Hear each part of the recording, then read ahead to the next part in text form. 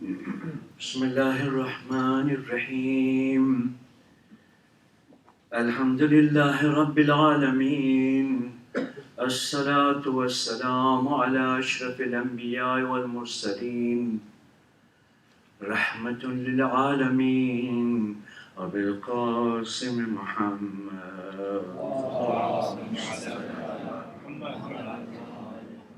وأهل بيته الطيبين الطاهرين المعصومين صلى الله عليك يا أبا عبد الله صلى الله عليك يا ابن رسول الله روحي وأرواح العالمين لك الفداء يا غريب يا مظلوم يا شهيد بأرض كربلاء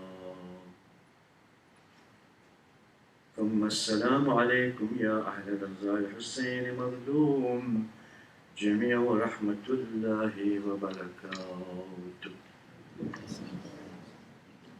أما بعد قد قال الله تعالى في كتاب الحكيم وهو أصدق الصادقين بسم الله الرحمن الرحيم فأقم وجهك للدين حنيفا فطرة الله التي فطر الناس عليها لا تبديل لخلق الله ذلك الدين القيم ولكن أكثر الناس لا يعلمون صلى الله عليه وسلم.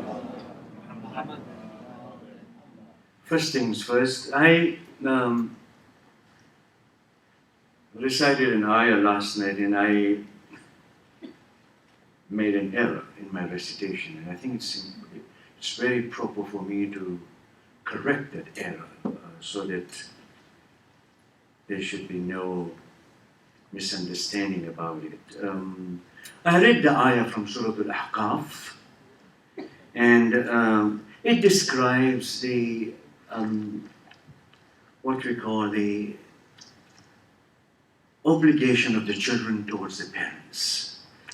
That's what it is. And it has what we call the very important dimension that I wanted to somehow emphasize. And this is the role of a mother in our life. And I think I misread Bismillah ar-Rahman ar-Rahim وَوَصَّيْنَا الْإِنسَانَ بِوَالِدَيْهِ إِحْسَانًا حَمَلَتْهُ أُمُّهُ كُرْحًا وَوَضَعَتْهُ كُرْحًا وحمله وفصاله 30 شهرا حتى إذا بلغ أشده وبلغ 40 سنة. I made an error when I recited, instead of 30 شهرا, I read 40 سنة. The winning and the taking care of the child, breastfeeding is for 30 months, not 40 years. Now, those of you who knew Arabic would have caught immediately that it's not possible, you know. So I really, it is my obligation to do it because I read incorrectly, you know. ربنا لا تؤاخذنا إن نسينا وأخطأنا.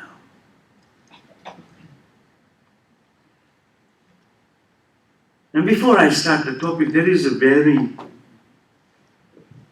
important question, which is, I think, it is on the minds of everyone else. Probably some of you have articulated it, some of you are pondering about it, and I think that it deserves explanation on my part. You remember last night I did say that sometimes martyrdom occurs and appears almost like a suicide. Because you know that you are outnumbered in the battlefield and still you go and you fight. Isn't it close to the same thing that Allah subhanahu wa ta'ala says, La tuhliku anfusakum? Don't put yourself into danger? No, I think, let us keep in mind the perspective. I raised the question because I raised the question about violence as a whole last night. I think there was something on my mind about violence. And the question that was asked by, my dear son,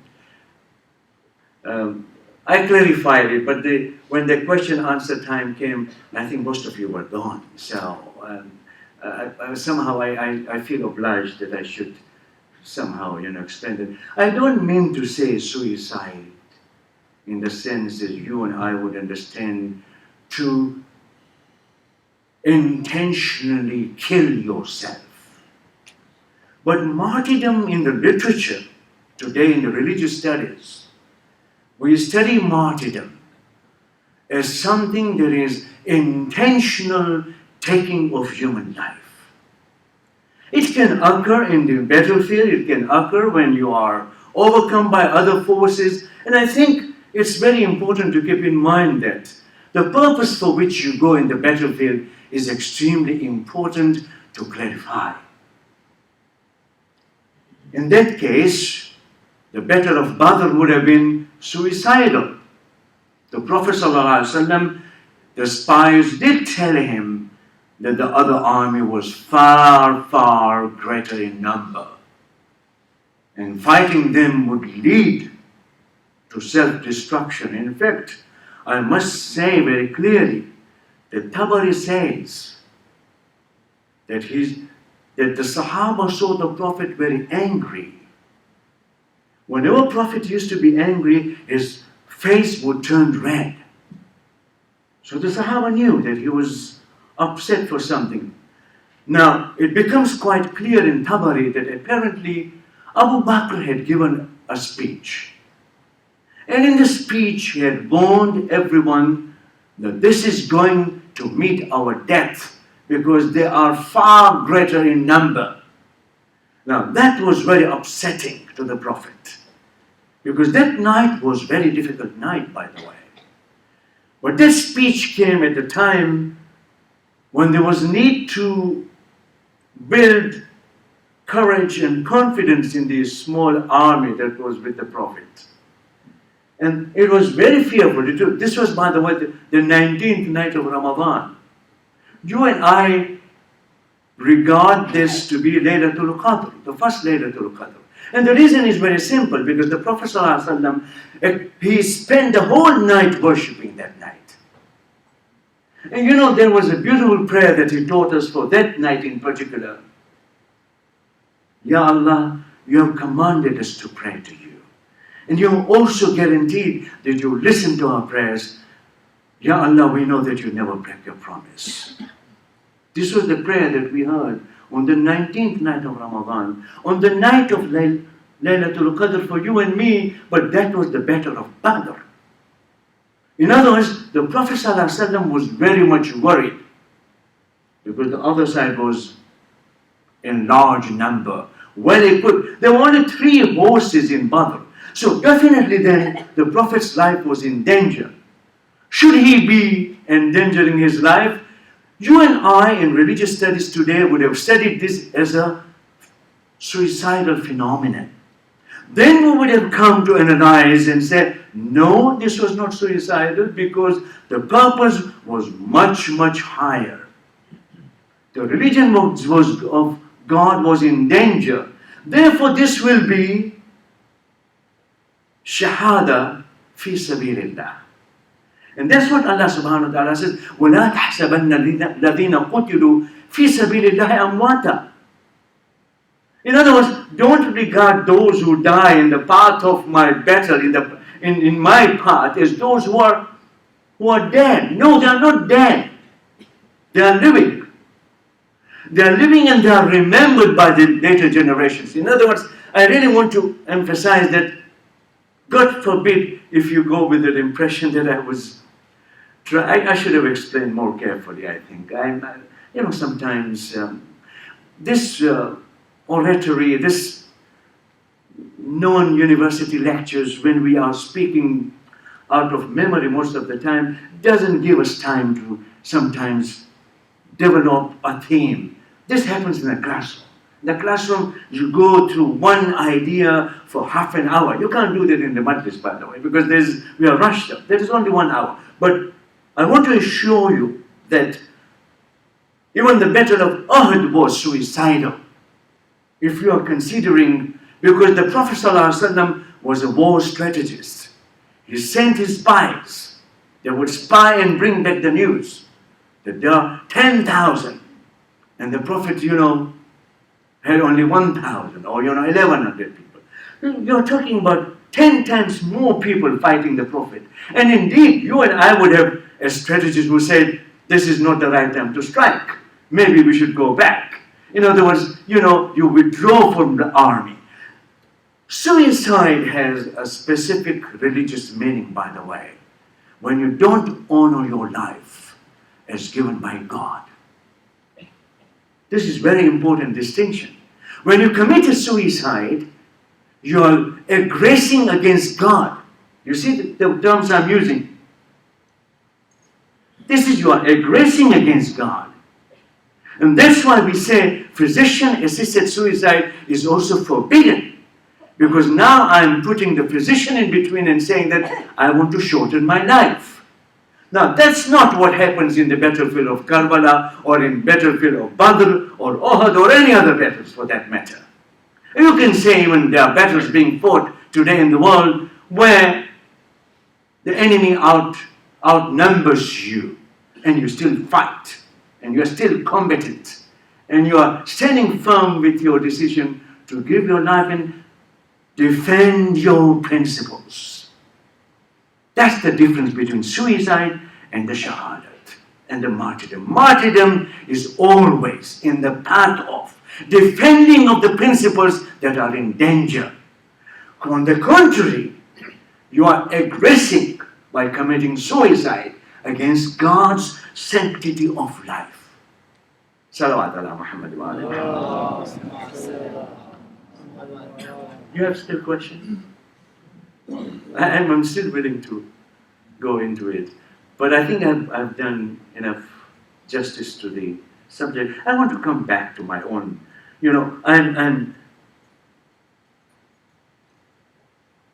The theme of the lecture is Imam Husayn's struggle with false identity.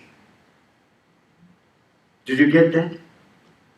Zahid is giving us the theme every night. And I told him in particular that please repeat the theme only. So he's doing it. Imam Husayn's battle against false identity. People who were gathered in Karbala had a false identity of being Muslim. They cheated. They were there. They were reciting the Quran. But they were not armed with the Quran. They were not following the Quran.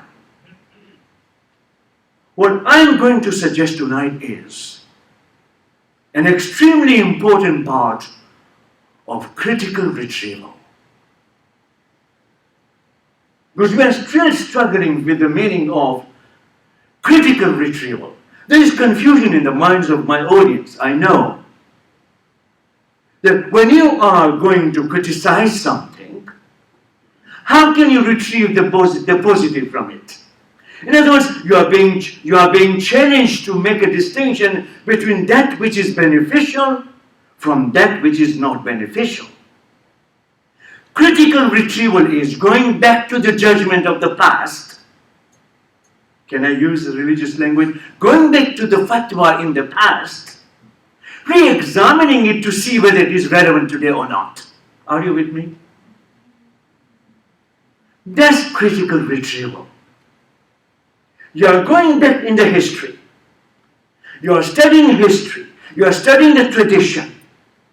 You are repairing the tradition because you find the tradition is being attacked here and there. Oh, tradition is weak here or weak there.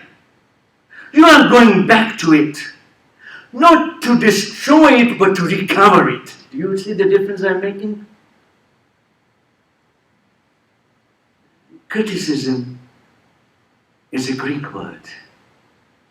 Critique is crisis. There's a crisis when you sit to re-examine something that is happening. Sometimes there's a crisis in the way you know something. I know about Imam Husayn, But what I have heard from the member is not sufficient for me to go back and say, this tradition is right, this tradition is wrong. You have to equip yourself. If you want to be a reformer in the society, if you want to sit in criticism of your own tradition, then you need to establish your authenticity. You must be authentic. You can't just sit and criticize anybody you want. Or follow the media and say, this is what we are. In other words, you fall very easily into the trap the media lays for you. Muslims are being criticized for being anti-Western. Constantly the media is harping on it. We are Muslims and we are against human rights. We are Muslims, we are against democracy. We are Muslims, we are against liberal values. In fact, we are being told by professors like Bernard Lewis, we are a problem in the modern world because we don't know how to live in modern world. Are you with me?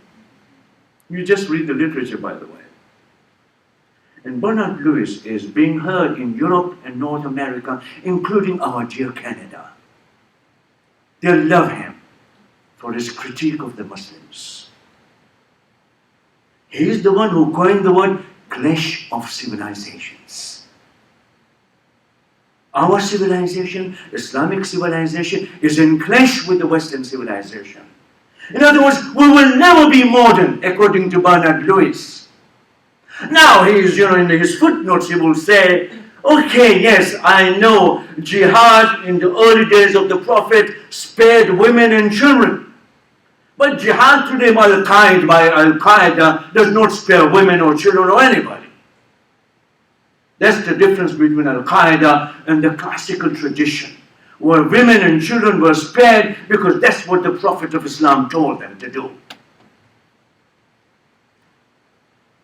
You and I have, if we accept that criticism of ours without critically assessing what we have done in the history, then we can't authentically represent our tradition.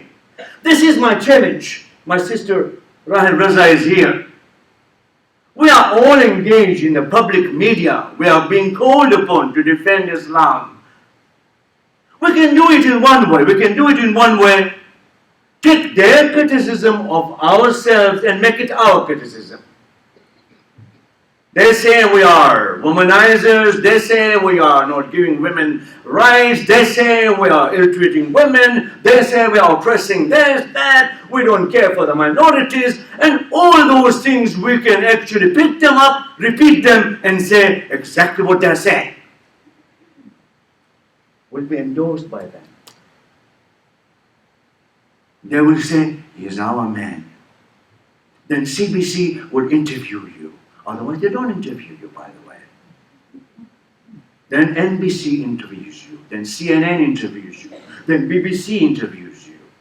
Because you are actually harping on the same thesis they want everyone to accept. In other words, there's a political agenda. And you and I can easily fall into that agenda if we are not careful about critical retrieving. Are you with me? I am very, very careful. I want to empower you. I want to tell you, my brothers and sisters, don't accept tradition uncritically. That doesn't mean that you should destroy the tradition. What it simply means is that you should inform yourself even better about the tradition. That means you should be a reading community. You should read everything they write about us and read from people who are trustworthy about what we say about ourselves. Because unfortunately there are Muslim scholars who harp the same thesis Bernard Lewis wants to be accepted. They are Muslim scholars. And they are the ones who appear in CNN. Fuad Ajami. Yeah, Fuad Ajami, Johns Hopkins University professor of political science. Fuad Ajami doesn't care. He says, I'm secular, I don't care. Oh, he has written this book, by the way, about Imam Musa Sadr. The invisible Imam or something like that, I read it long ago. In other words, you are going to do the same mistake. You are going to encourage in your defense. You see, my sister and I will love our religion. I must be very clear about it. Well, we might not be doing the right thing. What is required of us to be authentically representing our own tradition, because unfortunately we don't know it very well. That's what we are faced with. We don't know the Quran very well, we don't know the traditions very well, we don't know the history very well, and now we are being bombarded and we have to take a defensive position. What do we do in the defensive position if we can't sit in self-critical assessment? Let me put a very simple question to you. If you find you are an individual who gets angry all the time without any good reason, you might go to the psychoanalyst and he or she might tell you that the reason why you're getting this is because there are some pressures on you. Now, they might not be able to focus on the cultural issue. They might not be able to focus on the frustration that is being created by your relationships. Did you see that movie, Separation? Iranian movie about divorce. If you haven't seen it, see it. It is in Persian, but there are English subtitles. It's a beautiful film. What does it tell you? You see that man who gets angry with his spouse, wants to beat her up.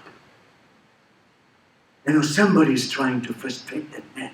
There's poverty, the economic situation is not in control, there are frustrations, expectations in the family. How do you handle it under stressful condition?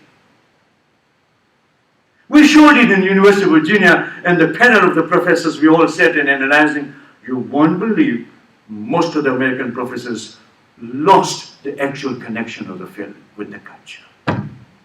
They didn't understand it. Oh, Iran is trying to score some points. What score points? That's what they know. That's what they tell us. And this is what you and I repeat, by the way. Do you see how we do it? We repeat the same thing. Because we hear our media telling us, and you and I are not independent investigators who can go to Iran and talk to the people and find out what is the situation. Tell us about yourselves. We are always dealing with Iran or Iraq or Afghanistan or any Muslim country as representational discourse. Somebody is telling us about us. Telling us about us, somebody else is doing it. You see the problem you're faced with? Criticism leads to crisis. You and I are in crisis at the moment. We need to stand up and face the challenge of self-critical assessment. Without doing it, our progress is somehow blocked. Are you with me? We want our sons and daughters to be full citizens of this world, successful in this world. We want them to be professionals, but we also want them to be the reflection of the divine qualities. We don't want them to be indifferent and tomorrow thinking about suicide themselves. Oh, that's what they do. It's a very challenging world. Human being as God's creation is mysterious. We are a mystery. Nobody can read us. I'm telling you, I can wear different faces every day and you will never be able to find me out. You don't have to go through plastic surgery. You just need to pretend what you know now. You need to pretend what you are not. University of Virginia, Dean calls me and says, there is this Pakistani, big shot. He wants to give the money for the Department of Religious Studies, but he wants his name to be on the department's board. Do you know anything about him? I won't mention the name. I said, I need to do research. I've never heard this name. I'm not a public figure. I don't know many Pakistani people. I don't even know my own people, by the way. I don't sometimes know even myself. What are you talking about? But the deal was very serious. This was the matter of $10 million. He wanted to give a business. He wanted to give the building for religious studies. And we were confused what to do. The money is coming, university. There is so much going on. Prince Al-Walid bin Talal, Saudi prince who was throwing money. Harvard. They all are picking it up, by the way. All the principles are forgotten. Then the Arabs are not bad guys, they are good guys. Because money changes everything. They take the money. Now, there were times when we wanted to establish a campus in Qatar. There was opposition by the Jewish professors that, this country does not believe in human rights. Women are oppressed in that country. How can University of Virginia, the Enlightenment Center of America, open a campus in Qatar, in Doha? Now, this is, by the way, so interesting. You can read this emails, you can read these papers, publishing articles, editorials, and you get shocked, you get surprised. My goodness, how narrow-minded these Americans are. Because their morality is selective. To their own bodies, they don't raise any moral questions. But for someone, who's trying to enter the club, so to speak, the club of the liberal democracies, they say, no, you're not liberal enough. Give us the money, we'll work it here. We'll do it here. You see, our challenges are very, very, very great. My young sisters and my young brothers, don't be afraid of becoming professors in the university. Yes, you won't make big bucks, by the way. There's no money in university jobs, but you're extremely influential in the classrooms. You can change your students. And one day your students are in the State Department, the other day they are in Defense Department. And you influence them. They are more careful in accepting the judgments. This is what I call critical retrieval. Are you with me? I don't want to break the tradition. I'm not saying the tradition is wrong, because it is connected with your and my identity. We identify ourselves as Canadian Muslims. I don't know. I'm not sure. Well, we are Canadians at least. I know we are citizens of this country. We have certain rights and obligations. How shall we evaluate ourselves then? That's the critical retrieval. What I'm trying to do is that I'm trying to establish our own credibility. My sister, mine, yours. Our own credibility as the spokesperson for the tradition. We want to represent the tradition in an authentic way so that we can provide a model for expanded route. You and me, we need an expanded route to God. Our route to God is very limited. We pray 5 times a day, but the moment we raise our head, we don't even ask ourselves, Man huwa al-masjood? Who did you pray? Because there are 3 parts to Islam, right?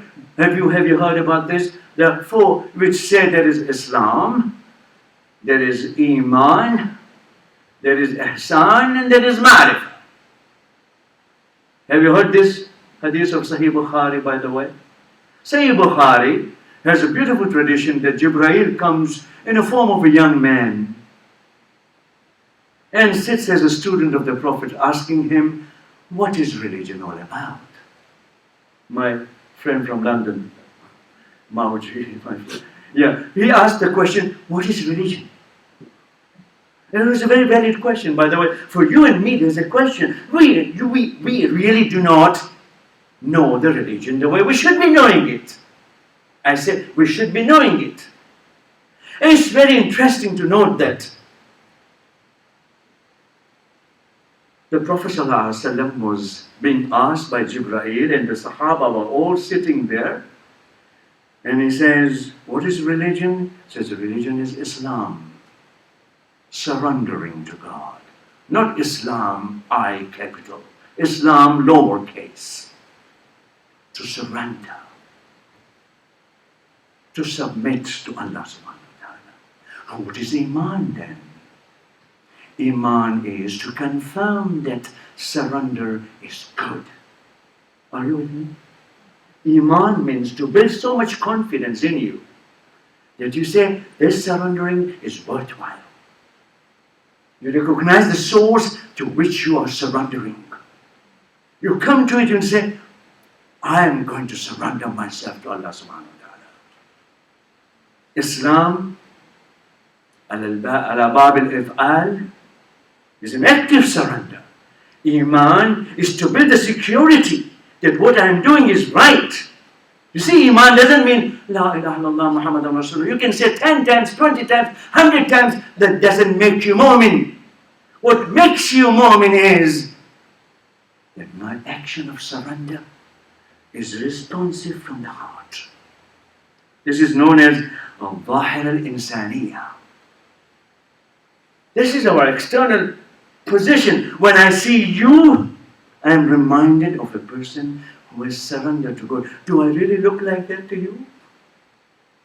I'm asking about myself critically. Do I look the one who has surrendered to God?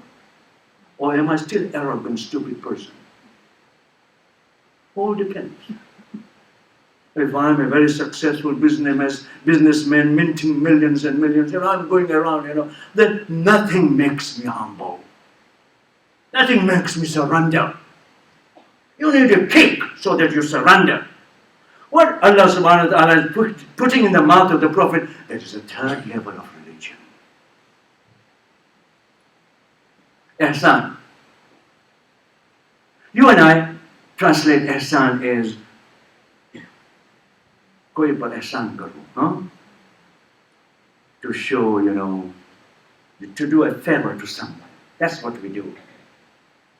The Prophet ﷺ says, ihsan is to do good because you know it is good. Salawat ala Muhammad.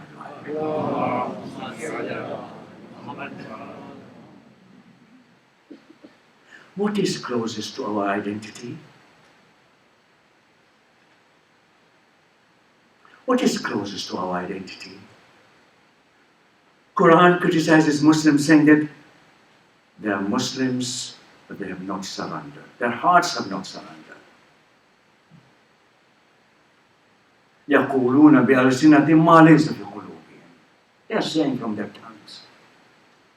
There's nothing in their hearts. That means they are not convinced of what they are saying. Then you and I need to critically evaluate the very first phrase of our faith. La ilaha illallah Muhammadan Rasulullah. La ilaha illallah means denying all other gods that you and I create every day, every moment. How many times you see yourself in the mirror? Oh, I'm very nice. Oh, men or women these days, by the way, there's no difference. We used to think only women look themselves in the mirror. And they have mirror in their purse, mirror in the car, mirror everywhere. They want to see themselves. There's nothing wrong, by the way. But to become so dedicated to your visage and forgetting who gave you that visage is a loss. Are you with me? I'm not saying you should not look in the mirror. I look 10 times in the mirror. Although I'm 70 years old, I look myself and say, oh my God, terrible. I look very terrible as an old man. Okay, you will accept that you're an old, because it's not nice to say in America, I'm old. You're always young. How old are you? I'm 35 times 2. That's what we do. That's what American culture. You don't want to show your old. Come on. You can't walk. You get surgery done. You can't do this. Get these things done. For everything, there is a solution. Look at the thriving culture of medical treatment. For everything, you have a lawyer and a medical person. Lawyer. For for everything. Lawyers run the society. And the medical personnel gives you the ability to function in the society, to believe that you are young. This vitamin is good for you, this thing is good for you, that thing is good for you, and you keep on eating. What surprises me that we grew up not taking a pill for our headaches. In Tanzania, our life was so simple. Aspro, there was Aspro, I think. We used to take Aspro. Oh, Mom, I'm not feeling well, Aspro. 1, 2, Aspro. And it was a simple solution, but yet we were not addicted to it. My students in front of my eyes, I've seen, open their backpacks. There's a bottle of Olive, I don't know, Edmund. That means you don't allow your body to fight. God has given you the ability of self-healing. And God proved to me twice that you with your heart condition, you can climb Mount Kilimanjaro. And I did it twice. After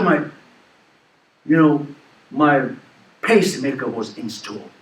My doctor said, are you sure you want to go? I said, yeah, I'm sure. Now he didn't know that I was doing Zahra. Salawat ala Muhammad. I was afraid to die.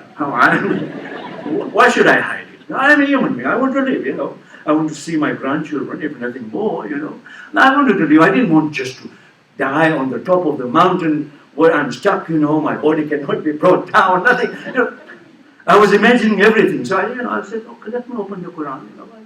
And the Quran said, Kursil fil ard. Go travel. Go. You'll become younger when you travel. It's true. I was competing with my younger son. He couldn't go after this Muhindi point, which is 13,000 feet on Kilimanjaro. I went up. So I told my boy, I'm Zekiyana. I'm an old man, but I'm a young old man. And you're already old. So, Papa, I need to take that medication. I forgot that I didn't bring it with me. So you don't need medication. Why do you need a medication? So my knee is hurting. Oh, okay, all right. What I'm suggesting is the ability, maqadir, Khuda, Allahu Akbar, Khudawand. God has given you maqadir, has given you potentialities. Our potentiality to sit in our own criticism must become a positive and constructive force. Because you and I want to find God in our reform.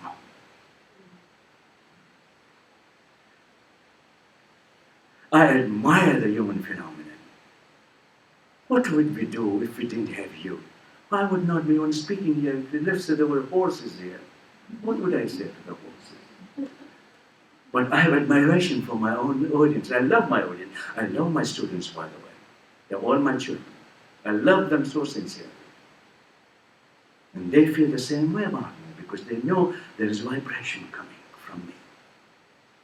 And they tell me, what we see in you, we don't see in other professors. I said, well, what I see in you, I don't see in anybody else because you are the fresh minds who are learning, who are going to be so important in the future of human community. Girls and boys. These girls and boys are amana. They are trusted, things. They are entities.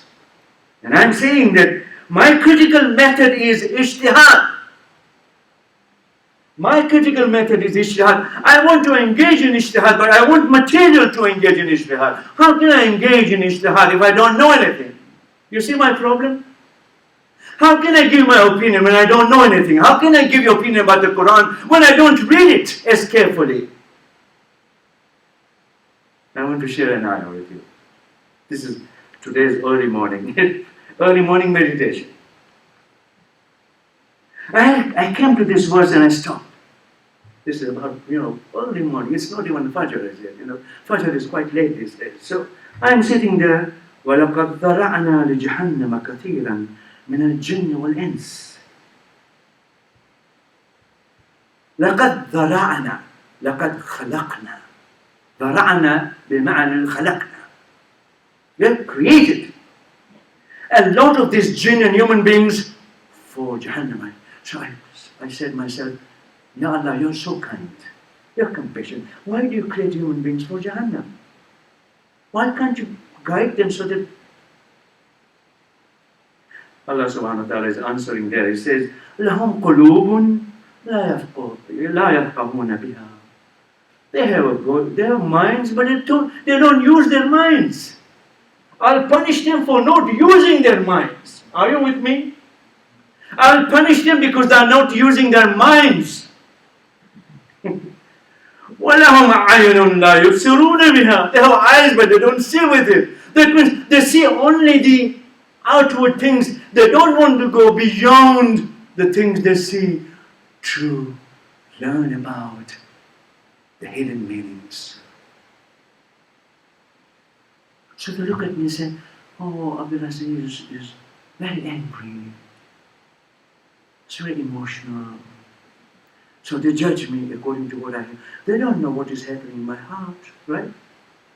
In order for you to appreciate what I do, or for me to appreciate what you do, I need to go beyond the way you look. If I don't do that, then I'm not following the Quran's diction.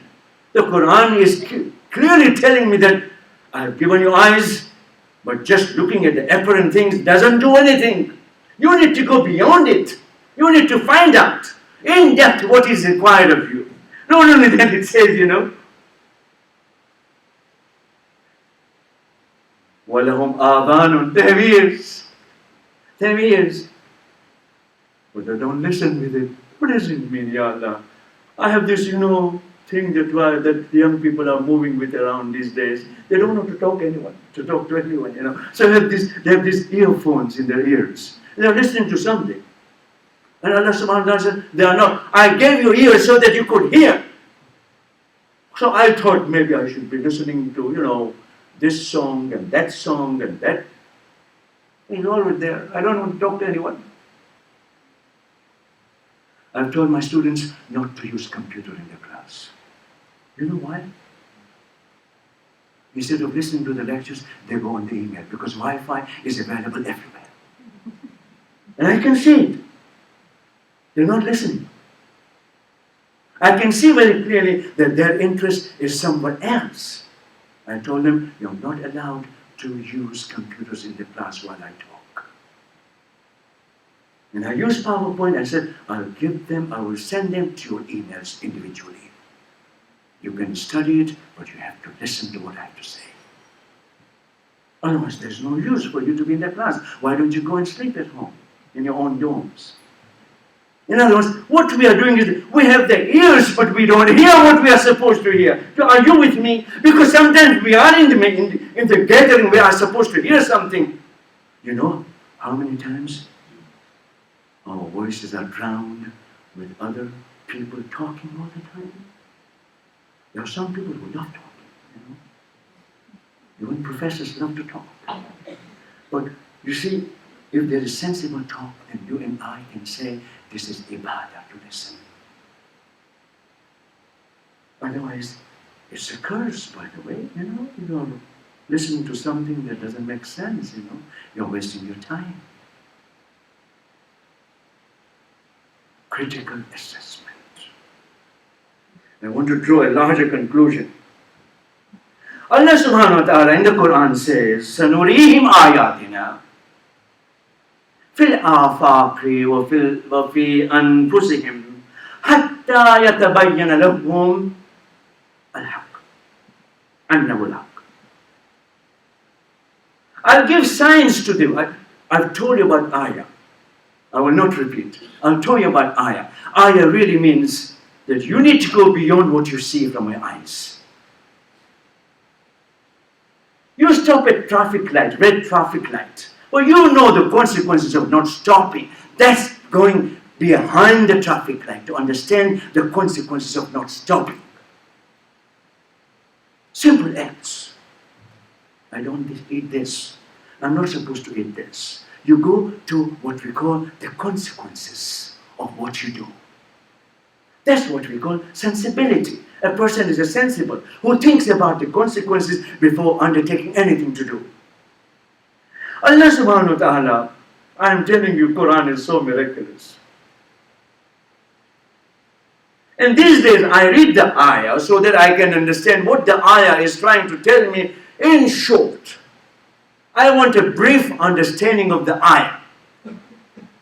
So it tells me you should eat this, you should not eat that, or if something has not been, recited on the name of God, this is what you're supposed. I'm wondering what exactly Allah subhanahu wa ta'ala is trying to tell me. Look at this ayah. سَنُرِيهِمْ آيَاتِنَا فِي الْآفَاقِ. We will show them our signs in the horizons. Horizons? This is horizon. This is horizon. This is horizon. This is horizon.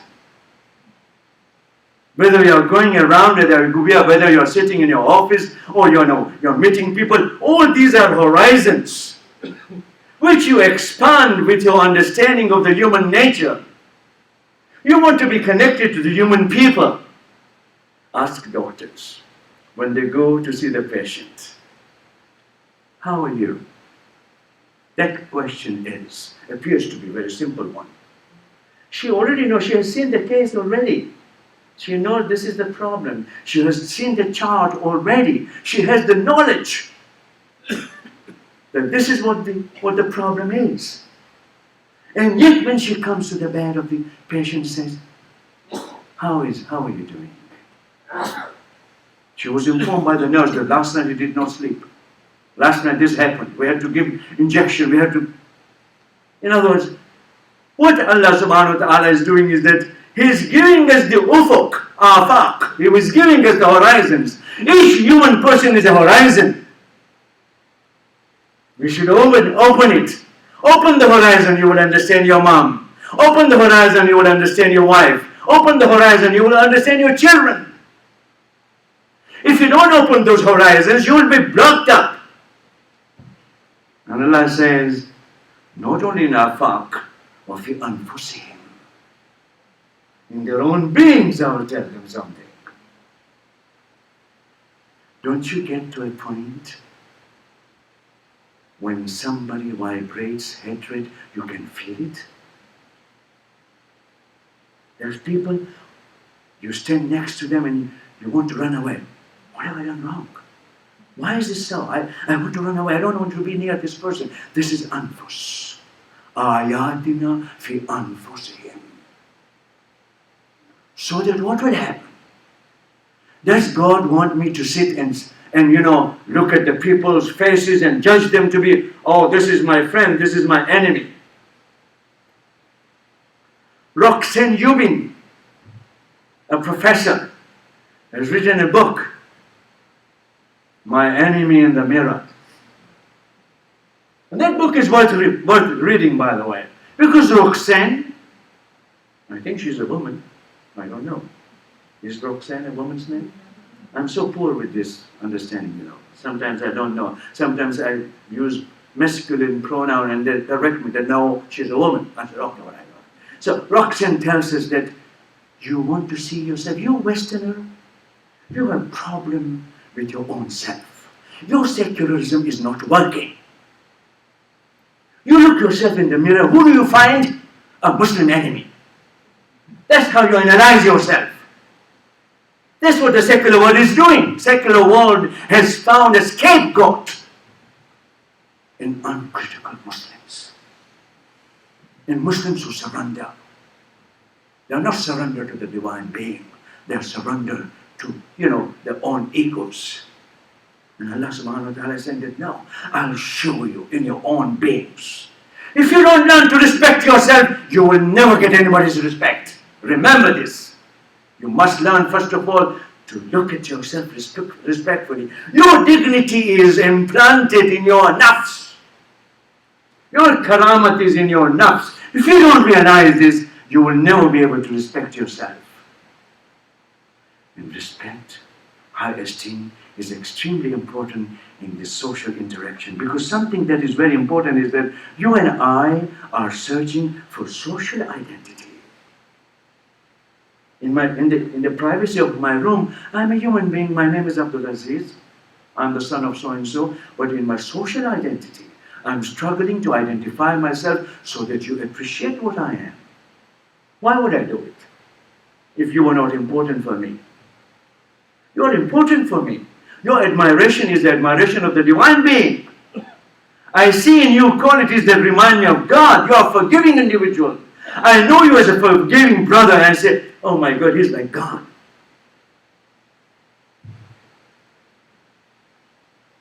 What Jesus, Nabi Sallallahu Alaihi Wasallam, saying, you will not be able to forgive until you forgive your enemies. Somebody has bothered you, somebody has given you a hard time, you must learn to forgive. Otherwise, you will not be able to relate to anyone. There are people mistakenly, intentionally, unintentionally, they bother you, they give you a hard time. And if you don't learn to patch up those moments that bother you, you will kill yourself inside. You'll never have peace. I have a beautiful poem for you today. It's in Urdu. I'm sorry, but I will translate it, This is Josh Malihabadi. Josh Malihabadi was a very, very perceptive poet. हाँ वो हुसैन जिसका अबद आशना से बात कहता है गाह गाह हकीमों से ये बात. I took pain. I said, I better translate it because I will miss it. And I don't want you to miss the beauty of the poem. You, yes, that Hussein, whose firmness, Sibat, wedded to eternity, occasionally confides to wise people. I thought of philosophers. No, he talks to the wise people. Hakim o Sibat. Hakim o Sibat. Hakim is the one who thinks about everything. All right, Hakim. Yani, the rune parde sad range kainat. You mentioned yesterday, you remember I said how the light of God shines through the different grasses? Each one of us is a grass. I am yellow, you are green, you are red, because that's how the light of God shines through our own character. He is capturing it. Josh Malihabadi is capturing it. He says, Yani darun parde sad rang kainat ek karsaz zehn hai ek zi shuur saat. Translate. So what is Hussein talking to these wise people? What is Imam Hussein doing with these wise people? He says, within many colored veil of the universe, there are many colors of the universe. Within many colored veil of the universe, there is a sharp mind. And a conscious being, Hoshiyar, a conscious being. And then the last misra is Sajdon se keh, Sajdon se khishta hai, Sajdon se khishta hai, jo masjood ki taraf, tanha jo ek ishara hai, ma'bud ki taraf. So when you go in the sajda, this mind is pulling you out. From what? From worshipping the worship. Are you with me? Worshipping the worship. Where is it taking you? It is taking you to the source of worship, Allah subhanahu wa ta'ala. You and I are looking for that source. What Imam Hussein did in Karbala was, he broke the idol of false religiosity. People can cheat you by showing what they are outwardly. When you fall in, you kiss their hands, you touch them, you think that, oh, there is barakat coming. You need hoshiyari. You need a mind to tell you that no, I'm not supposed to worship this or that man or this or that woman. I'm supposed to worship Allah subhanahu wa ta'ala. This is what Iqbal says, you remember? I have quoted Iqbal many times. मैं जो sir पर सजदा हुआ कभी तो जमीन से आने लगी सदा तेरा दिल तो है सनम आशना तुझे क्या मिलेगा नमाज में? You are worshipping idols. What will you get in namaz? You are telling us you are doing, you are praying. Well, you are praying your own greatness. मैं बहुत बड़ा आदमी हूँ, I'm a very big man. Oh, come on, you've created so many idols for yourself. What will you get from namaz then? The namaz, in order for it to be namaz means respect. In Farsi we say namaz kardan. Namaz kardan means to respect. You are respecting Allah subhanahu wa ta'ala, but your heart is not there. Major Sarbar Sajadawa, what Iqbal said, the earth is telling me, where are you? Where are you? Come on, wake up. Here, Josh Mania Abadi is using the same theme, because then somebody is saying that you better refer to the person that you're to the entity that you're praying to, Masjud, the one for whom you do the sajda. Are you surprised? The Zainab would not leave the sajda at all. Are you surprised?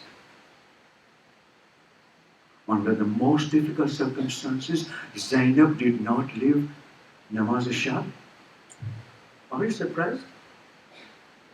Namaz al-shab, by the way, is one of the most beautiful prayers, by the way. If you ever want to get close to Allah subhanahu wa ta'ala, then do the tahajjud.